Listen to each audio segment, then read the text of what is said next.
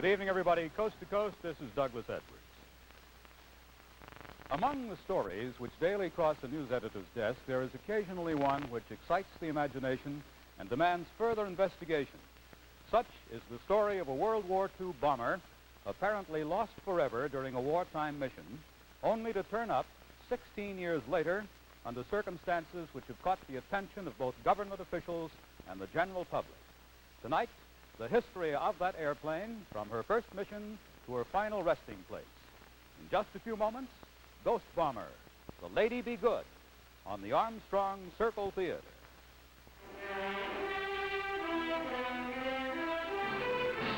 Armstrong Circle Theatre.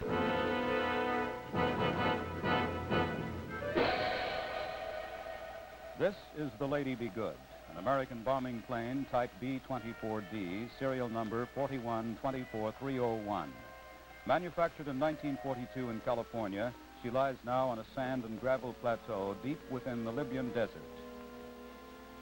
Her final resting place, a vast uninhabited wasteland in north-central Africa. Nothing grows here because of the superheated air, which is almost completely free of any moisture. Only crudely mapped and almost completely uninhabited, the Libyan desert remains one of the most desolate areas on the face of the globe, yet here lies the Lady Be Good.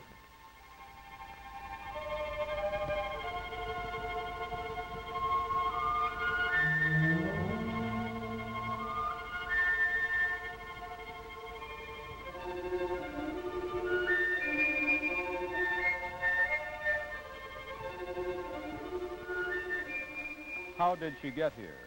The answer can be found only by fitting together, as in a giant jigsaw puzzle, all the known facts about this plane and her crew. Her story begins in the spring of 1943, a fateful spring in the outcome of World War II. Europe is still in the hands of the Axis, seemingly impregnable in the west, still holding a firm front deep in Russian territory, secure to the north with the occupation of Norway. Only southern Europe, with French coast and the Italian boot, offering an inviting target for Allied invasion. Allied victories in the desert warfare of 1942 present the British and Americans stepping off points for this invasion, and airfields from which to soften enemy resistance in Italy, Sicily, and southern France. But these airfields must be hurriedly carved from the desert floor. If southern Europe is to be invaded in 1943, there is no time to wait for concrete landing strips, nor is there time to wait for well-trained airmen.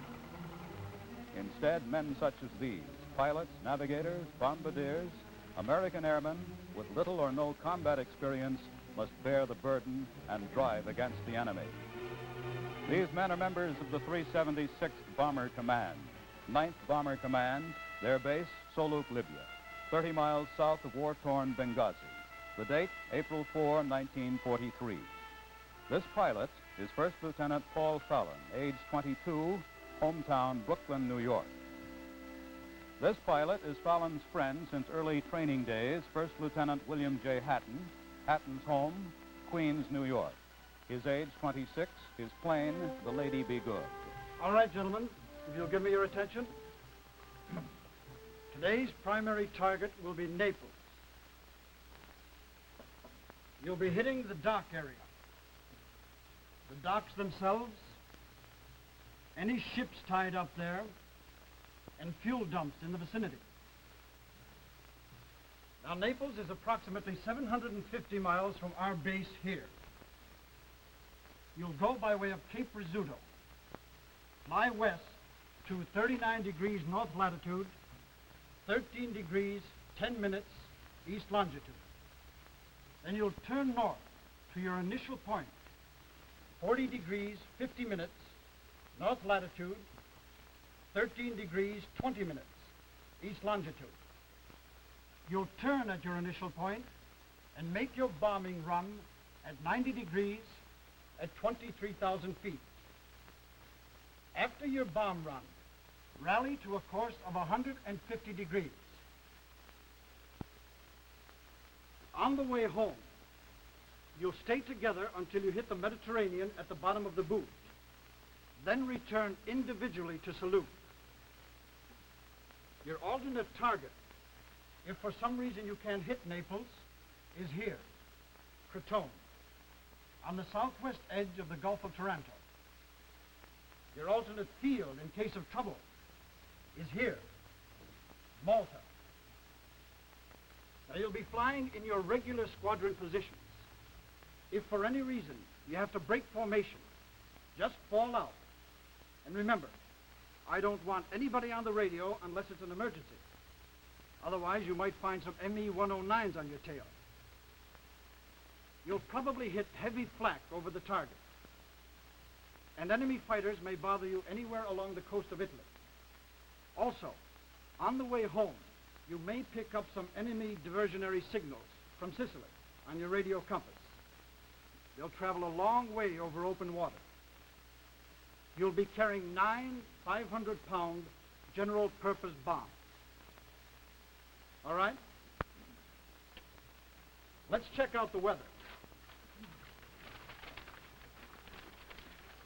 You'll have headwinds on the way over, 20 knots at ground altitude and about 80 knots at flight altitude. Rain probably over the Mediterranean. Some ground haze at the target, otherwise clear. Your cloud formations will run cumulus and stratocumulus over Soluch from 5 to 15,000 feet. Your takeoff time is 12:30 hours. Any questions? All right. Good luck.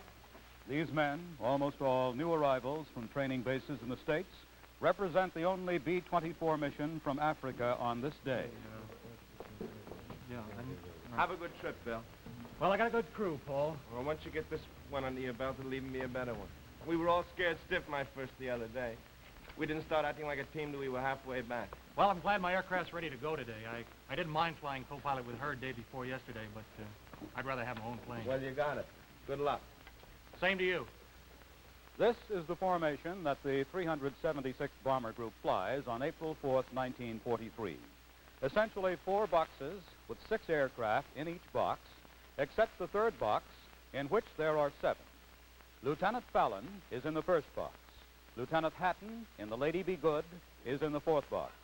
The first 2 boxes, designated A section, will fly some 20 minutes ahead of and out of visual contact with the last 2 boxes, or B section. This is Soluch, air present clouds of sand whipped up by spinning propellers and occasional sandstorms. Sand which clogs engines, fouls instruments, that sort of thing. Plenty of trouble.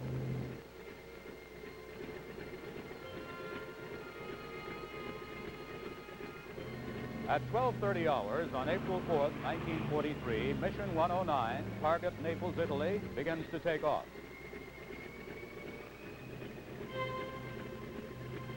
By 12:45 hours, a section clears the field.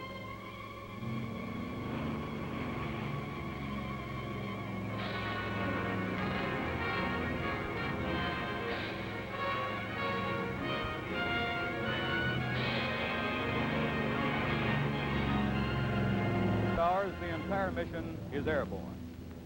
This map represents the route of B section, the Mission 109, from Soluch, here,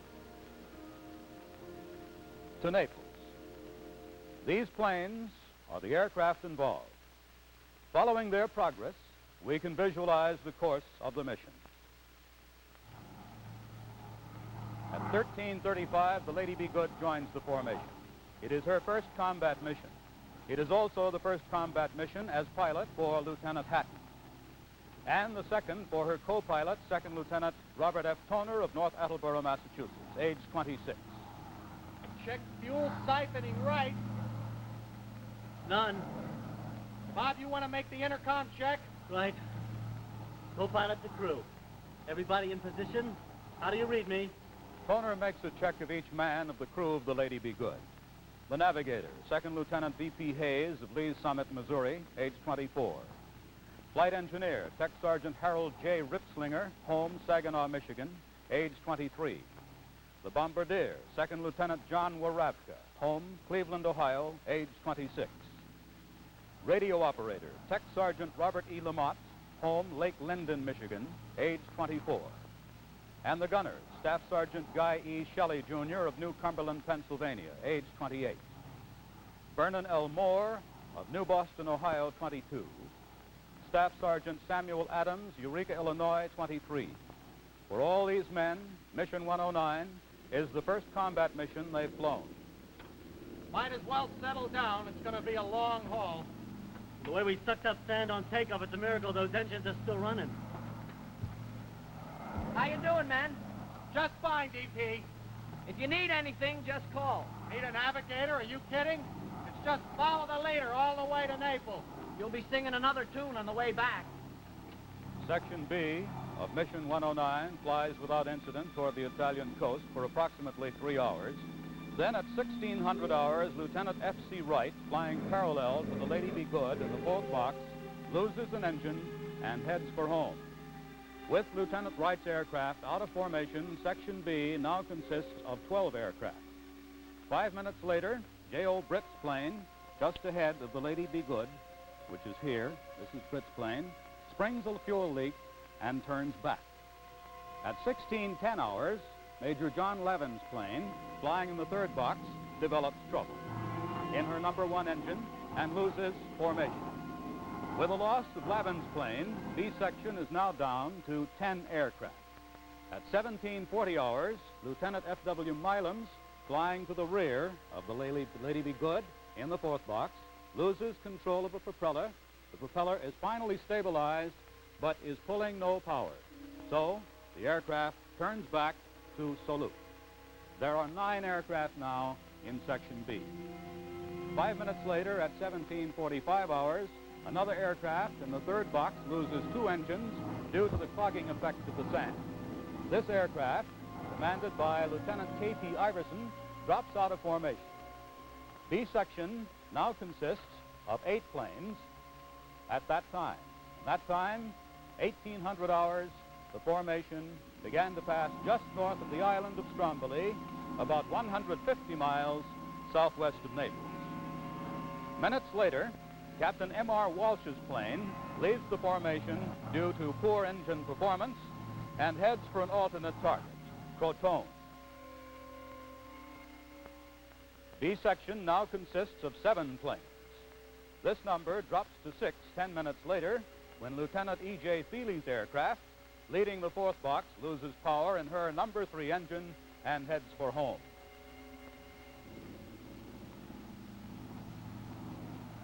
Hey, we're getting to be a chummy little group. No sweat for us yet. I got my fingers crossed. Bill, we're really getting up there. How about oxygen? Right. Pilot to crew, pilot to crew. Okay, let's get on oxygen, fellas. And DP, give me a position, will you? The way these birds are dropping out, we may be leading this wing ding any minute. Navigator to pilot. Getting on oxygen in position coming up. At 1812 hours, Lieutenant D.E. Lear drops to a lower altitude, 1820 hours actually, to revive a waist gunner whose oxygen mask is full frozen. Falling far behind, he heads for the alternate target. B section now consists of 5 aircraft. And that number is reduced to 4 when at 1825 hours, Lieutenant McCain's ship, at that moment, leading the formation, dives for the same reason. And he also heads for the alternate target. Remaining are 2 planes in the third box and 2 planes in the fourth.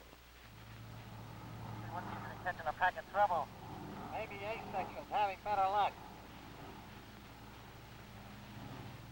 Hey, those 2 birds ahead of us are hanging back. Looks like they're gonna fly our way. I better give this bird a little more throttle. Hey, DP, you got that position I asked you for? Yeah, the way I figure, we're about 50 miles south of Naples. Hold your heading, we ought to be on the nose. Roger, DP. Well, it's getting dark. You better check Johnny on his problem. Right. Pilot the bombardier. Hey, Johnny, you got enough light to make a decent run? Well, Bill, I'm all right for the moment, but I don't know for how long. Roger, we'll move it along as fast as we can. At 1830 hours, the Lady Be Good becomes the lead aircraft in B section, Mission 109. At 1835 hours, the sun has already begun to set over Naples at the Lady Be Good's altitude, 23,000 feet. On the ground, it's already quite dark. 15 minutes later, at 1850 hours, the four-plane formation is over Sorrento, Italy, 30 miles south of Naples.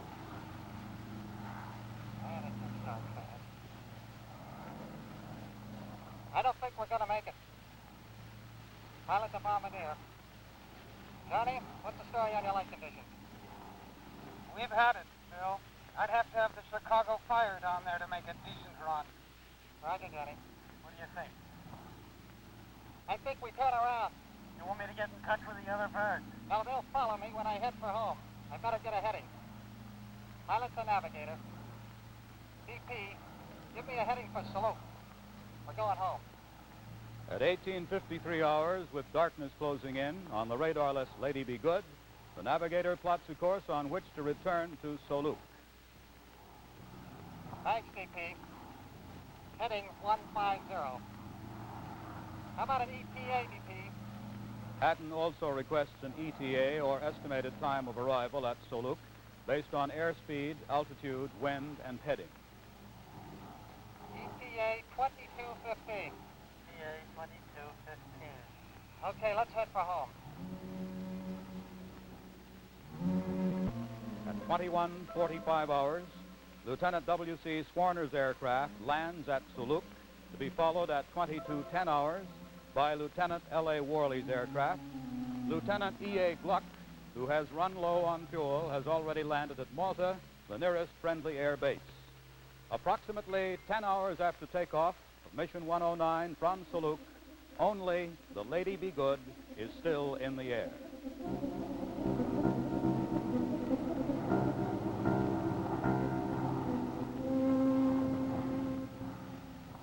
Now, what about flak over the target? Well, there was plenty of it, Major. You could get out and walk on it. My aircraft looks like a sieve. 20-some-odd holes, 2 control cables shot away. Did you have any trouble getting home? Oh, we picked up some enemy diversionary signals on our radio compass from Sicily, but we homed in pretty good and caught the light beacon about 50 miles out. Right. You have anything to add? No, sir. Okay, that'll be all. Thank you, Lieutenant. Lieutenant Swan. According to routine procedure, each pilot is interrogated immediately after returning from his mission by the group intelligence officer. Hey, Wally, what time did you touch down? About 5 minutes ago. Hatton come in with you? Not that I know of. Some planes still up there, though. It's getting late. Maybe they landed at Malta. Yeah. Could be. The time, 22:15, the estimated time of arrival of the Lady Be Good at Soluch. But the Lady Be Good is still in the air. It ought to be any minute now. You see anything, Bob? Not a thing. Hey, Lamont, you picking up anything interesting on that radio of yours? Not a thing, Lieutenant. Okay, keep your ears open. We ought to be over Soluch just about now. You guys see anything yet? Not yet. I'd better recheck my ETA. Stop worrying. We'll catch the light any minute now. Or we'll pick up the radio beacon. That tailwind may not be as strong as I figured. I'll check my calculations just to be sure. Sure is dark down there. For another hour, the Lady Be Good continues on course as the crew searches for some sign of the beacon lights. Couple hours of fuel left, Bob. Yeah, if we keep her throttle down like we got her. We couldn't have missed both the beacon light and the radio homing signal. Well, it must be the tailwind that messed us up. We should have been over Soluch an hour ago. I've checked those figures 100 times. Well, something's out of whack. We just can't keep going like this. Radio silence or no radio silence, we gotta find out where we are. Hey, Lamont, switch your radio to emergency transmission. Maybe you can get a bearing from ground radio. Roger, Lieutenant. Shortly after 21 hours, the radio operator switches his radio to emergency transmission and attempts to obtain a bearing or position report on the Lady Be Good. Calling August. This is Red Wing 4. This is Red Wing 4 calling August. Inbound to station, requesting a DF steering. This is Red Wing 4. This is Red Wing 4 calling August. August, this is Red Wing 4. This is Red Wing 4. This is Red Wing 4 requesting a DF steer. Over. The Lady Be Good's call for help is received at this station at Benina, 14 miles from Soluch. an HFDF station. HFDF standing for High Frequency Direction Finding Station, manned by the British with American liaison personnel. I'm getting an emergency signal from one of your aircraft, Lieutenant. Red Wing 4? Okay, I'll check it out. Red Wing 4, that's aircraft number 64, flight 376. It's ours. It's okay. You better give him a bearing, Sergeant. Red Wing 4, Red Wing 4. This is Argus. This is Argus. Give me a count and I'll give you the bearing. Roger. 1, 2, 3, 4, 5, 6, 7, 8, 9, 8, 7, 6, 5, 4, 3, 2, over. Roger, Red Wing 4. Your bearing is 330. Acknowledge. Your bearing is 330. Acknowledge. They're right on the line. They ought to be coming in any minute. Red Wing 4 confirming bearing 330. Confirming bearing 330. Roger, Red Wing 4. Over. Red Wing 4 out. Red Wing 4 out. This emergency call marks the last sign of the Lady Be Good for more than 15 years, and is the end of the first part of her strange history.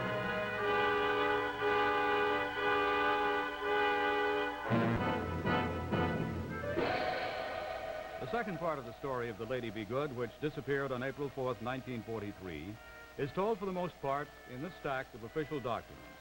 The first is a routine report on the mission filed with 9th Bomber Command, the 9th Air Force, on the morning of April 5th, 1943, by the 376th Bomb Group. The report, classified most secret, ends with these words: Aircraft 64, Lieutenant Hatton, unaccounted for. The next document is dated exactly a year later, April 5th, 1944. And this is a report made by the Status Review and Determination Section of the U.S. Army's Adjutant General's Department. In this routine determination of status, the following recommendation is made. Any evidence to the contrary from either the Prisoner of War Bureau or the Memorial Division or any other official agency, we recommend that the crew of the B-24D, which disappeared on 4 April 1943, be presumed dead in action. The next official mention of the Lady Be Good is made in this report of an investigation of the Naples area by an officer in the Air Corps Casualty Clearance Detachment, dated April 9th, 1946. 1946. I made an investigation attempting to find pieces of a B-24D aircraft, serial number 4124301, and remains of its crew. I covered the port area from Castel dell'Ove to San Giovanni, questioning fishermen, longshoremen, dockhands, port guards, and even casual idlers, without eliciting any information concerning the above-mentioned plane. 2 years later, on June 15th, 1948, another and final report is made by a board of officers of the American Graves Registration Service, the unit responsible for the identification and burial of American war dead.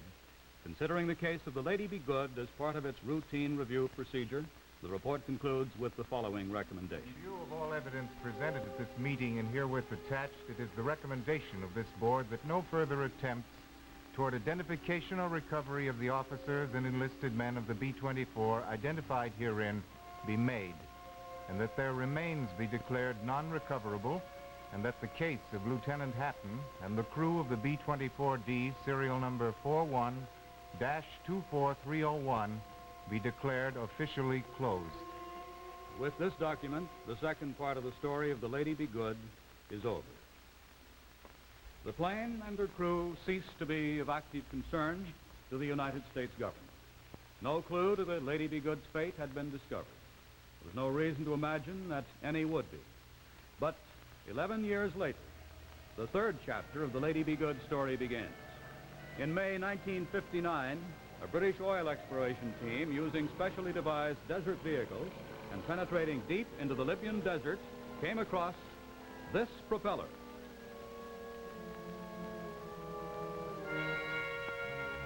And eventually found this plane, an American bomber with the number 64 plainly discernible on her fuselage. After 16 years, the Lady Be Good had reappeared. Now, the exact point of the Lady Be Good's final resting place is here, at the end of a direct line from Naples through Soluch. to this point. 26 degrees, 42 minutes, north latitude, 24 degrees, 1 minute, east longitude. It's about 475 miles south of Soluch. The terrain can be included among the world's worst, with the Libyan sand sea in here forming a sort of an inverted U up to the north, and a 2,300-foot mountain range sealing off the area down here to the south. The mere discovery of the Lady Be Good is not in itself startling, but her condition and state of her equipment posed some intriguing and perhaps unanswerable questions. To describe the Lady Be Good as she was found on the desert floor, we have with us Major William Robertus, one of the first to examine the hull. Good evening, Major. Good evening, Mr. Edwards. You're stationed at the Wheelus Air Base. Yes, I am. And when we received a report of discovery of the plane, we decided to attempt a landing on the desert in order to get more information, and if possible, find out what happened to the crew. We loaded a C-47 with enough fuel to make the round trip and took off. Even though we knew her exact position, just finding the Lady Be Good was difficult. In that area of the desert, the surface all looks the same, and the available maps are, for the most part, incomplete. But after searching for some time, we spotted Blockhouse Rock, and from there we flew on to the B-24. The desert floor was smooth and made an ideal runway, so we had no trouble with the landing. From where we stopped, the Lady appeared almost undamaged, but when we walked closer, we could see the break just behind her wings. 3 of the props were bent and dug into the sand, and the 4th was some distance from the plane, where it came to rest when number 4 engine was torn loose. Were there any other signs of superficial damage, Major? No, there were no bullets or flak holes, no patches, or any signs of battle damage. In fact, because of the almost unbelievable dryness of the desert, the Lady Be Good presented a strange picture. But I think we were most surprised when we climbed inside. The interior was in perfect condition, not considering landing damage. The radio was in perfect working order. Oxygen bottles still held pressure. Fire extinguishers still held fluid. Cold weather flying suits were hung neatly. Cigarettes, chewing gum, bits of ration, still well preserved, were aboard. Signal flare equipment was in its proper place. In fact, later that day, we fired the flares, and they all worked perfectly. Another item we found was a half-filled thermos of coffee, which, by the way, we sampled and found still drinkable. We also found the flight report forms undamaged, and the maintenance record. I have a photostat of that record here. Also undamaged and filled out to the day before the aircraft was listed as missing. All flight instruments appeared intact and accurate. And here's one of the oxygen bottles I described. It still registers pressure. Yes, I see. You said the radio was in working order. Did you test it, Major? Well, more than that, I used it. Our radio went out on the way down that day. We pulled the Lady Be Good's radio out, hitched it up to our system, and it worked perfectly. What else did you find, sir? Well, on closer examination, we found that the guns were loaded and in working order. The landing gear was relatively undamaged and apparently retracted at the time of impact. And after a pretty thorough examination of the Lady Be Good, we asked ourselves 2 major questions. 1, how did she come to be more than 500 miles southeast of her last reported position? And 2, and most important, what had happened to Hatton, Toner, and the rest? You found no clues to the fate of the men? No, not in the immediate area. We found no trace of the crew, no parachutes, clothing, anywhere around the plane. And the fact that this was the desert, and the plane still contained many useful survival items, indicated that the plane and the crew didn't come down together. Was a further search made for the crew of the Lady Be Good, Major? Yes, and one with interesting results. Captain Myron C. Fuller of the Army Quartermaster Mortuary System, who's here tonight, can probably give you a more complete picture of that than I can. But before he takes over, I'd like to add one thing. The condition of the Lady Be Good when we found her was really remarkable. Not a spot of rust, all fabric intact, rubber still resilient, and almost all equipment in working order. All this after 16 years. Thank you very much, Major Robertus. Well, now I'd like you to meet Captain Myron C. Fuller of the Army Quartermaster Mortuary System. Captain Fuller, how did you get into the Lady Be Good picture? Well, it is the function of the Army Quartermaster Mortuary System to recover and identify remains of World War II dead discovered in Europe and Africa. Our unit in Frankfurt was advised of the discovery of the Lady Be Good. Our anthropologists and I flew down to the area to determine the possibility of making a search for the bodies of the crew. From an examination of the plane, we deduced that the men had left the Lady Be Good a short time before her descent. knowing where the crew had bailed out, made an attempt to recover their remains practical. Homemade sun compasses attached to our trucks to navigate, we ventured north, sweeping a 10-mile strip. The sun compass is a simple device. Once the vehicle is placed on the desired course, the driver can hold direction by keeping the shadow on the same line on the board. On the first day of the sweeping action to the north, we discovered these boots. They undoubtedly belonged to one of the crew of the Lady Be Good. They were probably taken off because of their weight and heat. In 1943, bomber crews normally wore regular boots inside their flight boots to cover a situation like this. These boots were our first clue to the fate of the men of the Lady Be Good. Since there was a strong possibility that these boots might represent the bailout area, we searched a 6-mile square centered on them.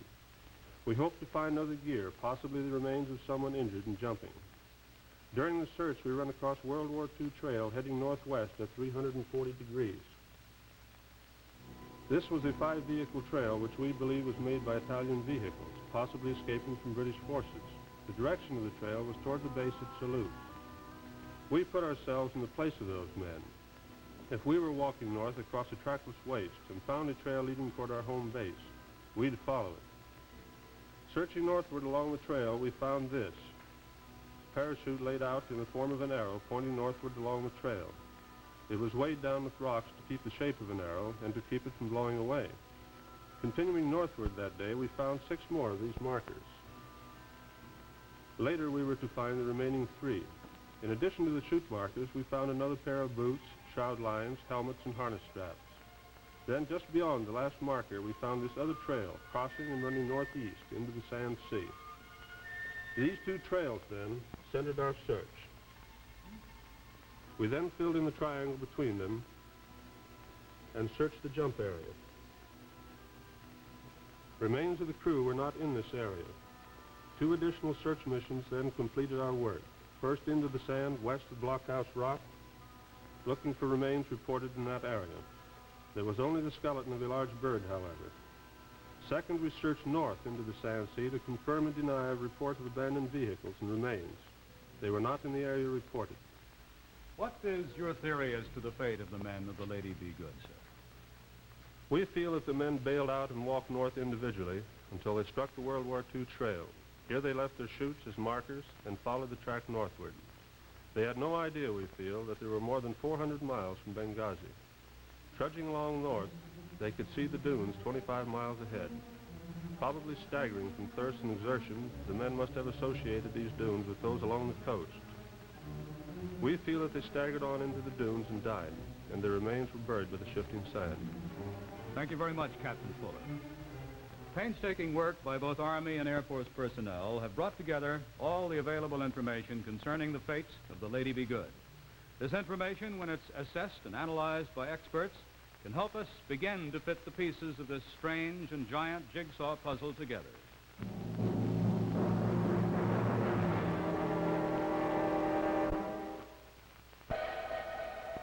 The Army's thorough search of the Libyan desert answers some questions concerning the fate of the crew of the Lady Be Good, but what are the other questions that the discovery of the missing aircraft raises? How did the Lady Be Good end up more than 400 miles away from her home base? And why did her crew leave the well-stocked aircraft, which contained a radio in working order, to strike out across unknown terrain?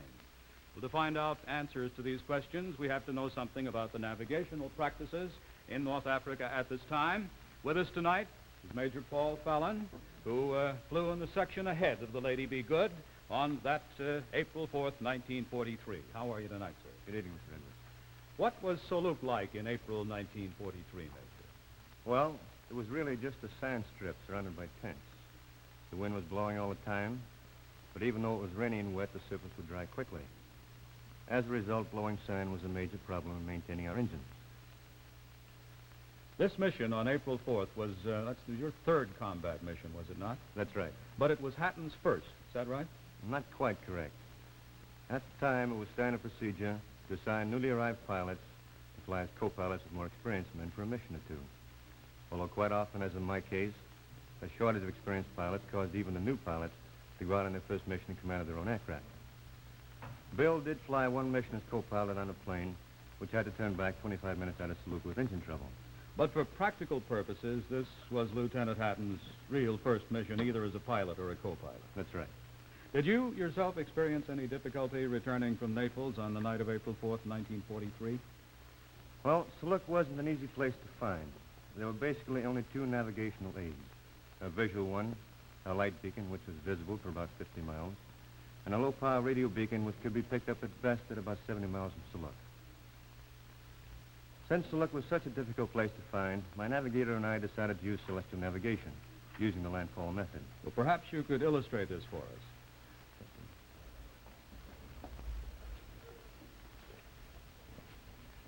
With a known position here, and flying with unreliable winds, we did not aim directly at Benghazi. We felt that an attempt to determine a heading which would take us directly over the base would be unrealistic. Consequently, we determined a heading which, regardless of the direction of the wind, would bring the aircraft definitely to a point west of Benghazi. The problem was the relative strength of the wind. On this relied the accuracy of our ETA at this approximate point. Here is where we use celestial navigation. We stayed above the clouds as much as possible to enable a navigator to shoot a series of star lines. Each one of these star lines gave him an accurate position of his latitude. So, after the first 2 or 3 of these, taken at approximately half-hour intervals, the navigator could get an accurate reading of our ground speed. This meant that since we knew we would arrive at some point along a reference line due west of Benghazi, taking the latitude of Benghazi as a reference, and knowing our ground speed, we could almost tell to the minute when we reached this line. Upon reaching this line, we turned east. Since our original heading was such that we couldn't be more than, say, 100 miles west of Benghazi, the relative effect of the winds in this short flight toward base was considerably less than in a long trip from Naples to Soluch. And we knew exactly which side of the base we'd be on. In actual fact, I picked up the radio home within a few minutes after turning, and letting down through the clouds, I picked up the light beacon. Well, now, did most of the planes use this method of returning home, celestial navigation, rather than dead reckoning, Major? I would say yes. Even though star lines only give you your latitude, you at least know your relative position. While with dead reckoning, your wind information has to be completely reliable, or you can be lost. I see. Thank you very much, Major Fallon. With us tonight is more information about circumstances surrounding the disappearance of the Lady Be Good, and to help us put the pieces of this puzzle together is Colonel Norman C. Appold, Assistant to the Commander, Air Research and Development Command. Colonel Appold was on April 4th, 1943. On that date, the operations officer of the Lady Be Good squadron. Good evening, Colonel. Good evening, Mr. Edwards. First of all, do you remember the night that the Lady Be Good disappeared? Yes. I remember that the plane was overdue and received the report that she had asked for a bearing from the Benina HFDF station. I also remember that our group alerted all of the American and Allied radio stations and the airfields on the Mediterranean coast to the fact that she was overdue, and asked them to keep their ears open for her. What do you think happened to the Lady Be Good, Colonel? Well, let us go to the map here. At a point south of Naples, when the Lady Be Good turned for home, the navigator provided the pilot with an ETA direct to Soluch, based on the known winds that had been given to him at the briefing. Now, herein developed some of the factors that ultimately led to the Lady Be Good's fate. In the first place, the winds were higher than were briefed. Secondly, there were shifting winds from the nose at the lower altitudes of the returning aircraft. Third, the altitude that had been chosen by Lieutenant Hatton was for the purpose of providing celestial fixes on the way home because of the cloud cover at the lower altitudes. Therefore, there were rather high tailwinds being experienced by the crew unknown to them. Now, the tailwinds increased the ground speed so that the aircraft's arrival over Soluch would be well ahead of their calculated estimated time of arrival. The question of celestial fixes was explained, or could be explained generally this way. The crew was relatively inexperienced, and of course the navigator making his celestial fixes could not compare them to his satisfaction against the estimated times that he was making good. Therefore, he was somewhat concerned about this problem and probably did not place confidence in the celestial fixes that he was taking. Now, there's another problem that was associated with the business of returning to Soluch. Approximately 15 minutes prior to an estimated time of arrival, shall we say approximately there, the pilot will commence his descent to lower altitudes in order to prepare for the landing operation. And, of course, he would desire to turn on his radio compass in order to take a bearing to Soluch itself. Now then, if he tunes in his radio compass and receives, shall we say, Soluch, this particular point, the needle in the cockpit will swing around to the front of the airplane. I wonder if you'd explain that a bit more in detail, please, Colonel. Yes. I have here an indicator that is used in the aircraft of the type that Hatton flew. Now, this indicator has a needle on it, and the receiver to which it is connected, the radio compass, is a receiver which automatically points to a radio station to which it is tuned. Now, this indicator indicates to the pilot the direction of the radio signal. Installed as it is in the airplane, when it points straight up, it points to the nose of the airplane or to a signal which is in front. If instead the needle moves around and swings to the rear, it points to a signal that is behind the airplane.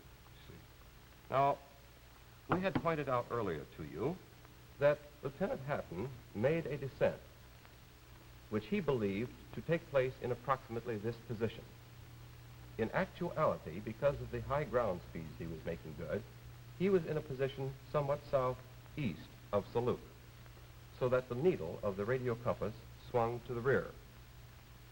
At this particular point, he was somewhat concerned.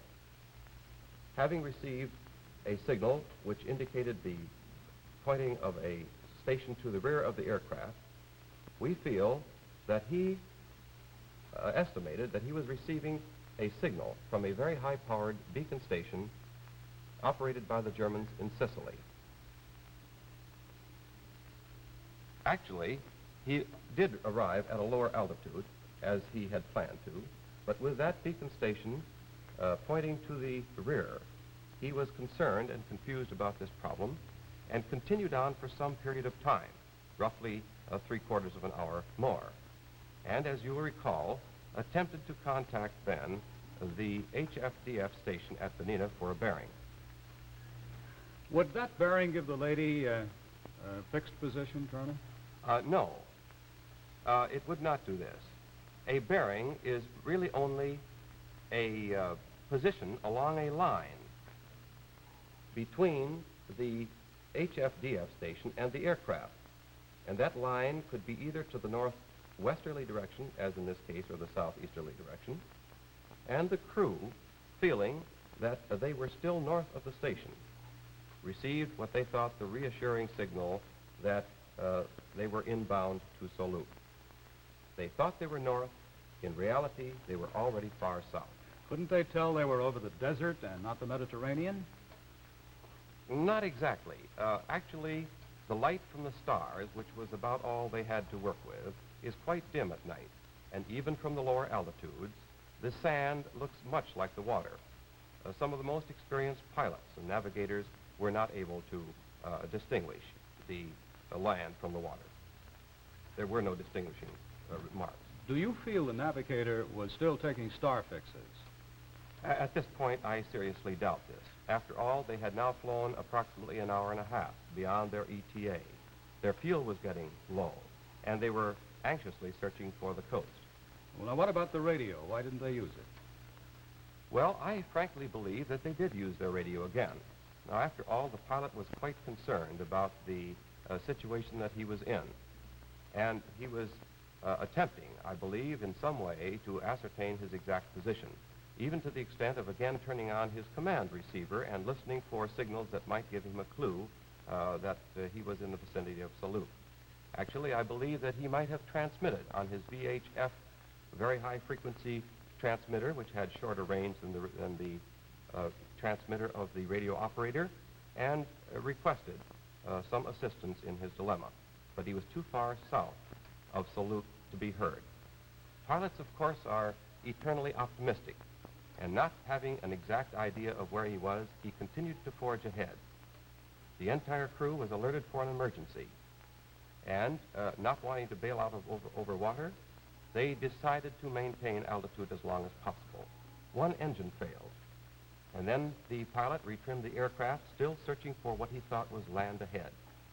Finally, after the second engine went out, they saw, we believe, what were the first signs of land, the dark and rocky patches ahead, the dunes against the low plateau. They believed now they were over land and continued southeast to find Soluch, Ben Nina, or Benghazi. Finally, the crew was alerted on standby, and I'm sure that Lieutenant Hatton advised them that in the event of bailout, since they had passed over a shoreline, that they should head north after bailout. The third engine failed, and the pilot then ordered bailout, made his final trim adjustments, and bailed out himself. Why do you think they made no effort to find the plane? Well, after all, at this particular point, they felt they had crossed some indication of a coastline, and they had better head north for that coastline rather than to search for an aircraft which was lost in the desert to the south. They thought they perhaps even could make it in one night of marching, and they headed north into the sand sea instead of the water. What do you think are the major factors which contributed to the loss of the Lady Be Good, Colonel? Well, I believe, Mr. Edwards, that there are 5 major factors. First, the higher headwinds on the way to the target than those that they received at the briefing. Secondly, the higher altitude on return gave them a higher ground speed than anticipated. Third, interpretation of the radio compass. Fourth, the HFDF bearing from Benina. And fifth, the amazing similarity of the desert and water areas. Thank you very much, Colonel Apple.